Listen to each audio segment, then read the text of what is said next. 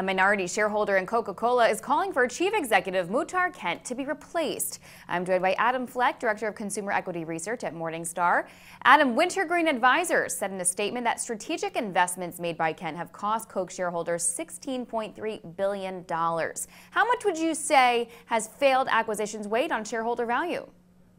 Well, if you look back, certainly the acquisition in 2010 of the company's North American bottlers, now that they're refranchising it, spinning out the distribution assets, I think there's a reasonable question as to whether or not that was a wise investment on Coke's part.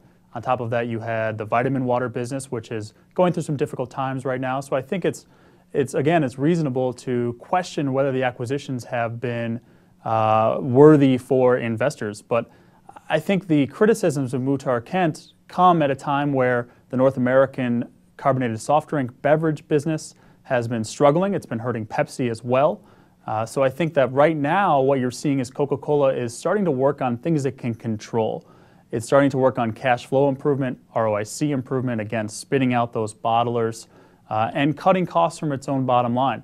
So I think going forward, Muhtar Kent is lined the company up well, is incentivized well, and we continue to rate the management team an exemplary rating.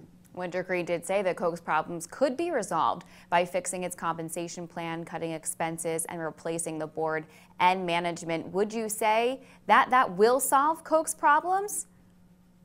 I think Coke's problems are somewhat secular in nature.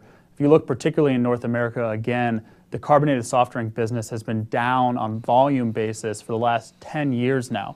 Coca-Cola, of course, the leading beverage manufacturer here in the U.S., so I'm not sure it's entirely management's fault that the beverage business has suffered from really a shift in consumer preferences. Of course, they were late to the energy drink business. They were late to some of the juice businesses that they're now starting to see some share gains in. But again, I'm not sure that Mr. Kent and his board were necessarily fully to blame. Again, the investments that they've made, maybe you could argue they could have worked with the bottlers outside of owning them. But nonetheless, we like the cost savings plan that the company's putting in place now. We think the incentive plan that was put in place in response to Wintergreen's criticisms properly incentivizes management. So we remain encouraged that the company going forward will look better than the company looks today. Is there anything else that Coke needs to do? It did say in October that it did adopt the new guidelines that would limit its executive compensation plan starting next year. Anything else? We like that Coke has been investing in minority stakes in companies like Monster Energy and Keurig Green Mountain. We think the exposure to these businesses without full ownership will help keep management focused on the core carbonated and non-carbonated still drinks that the company produces while still giving them exposure to high growth areas.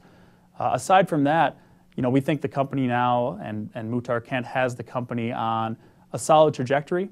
I think it's important to remember from the incentive plan basis that management is paid if they hit their performance goals.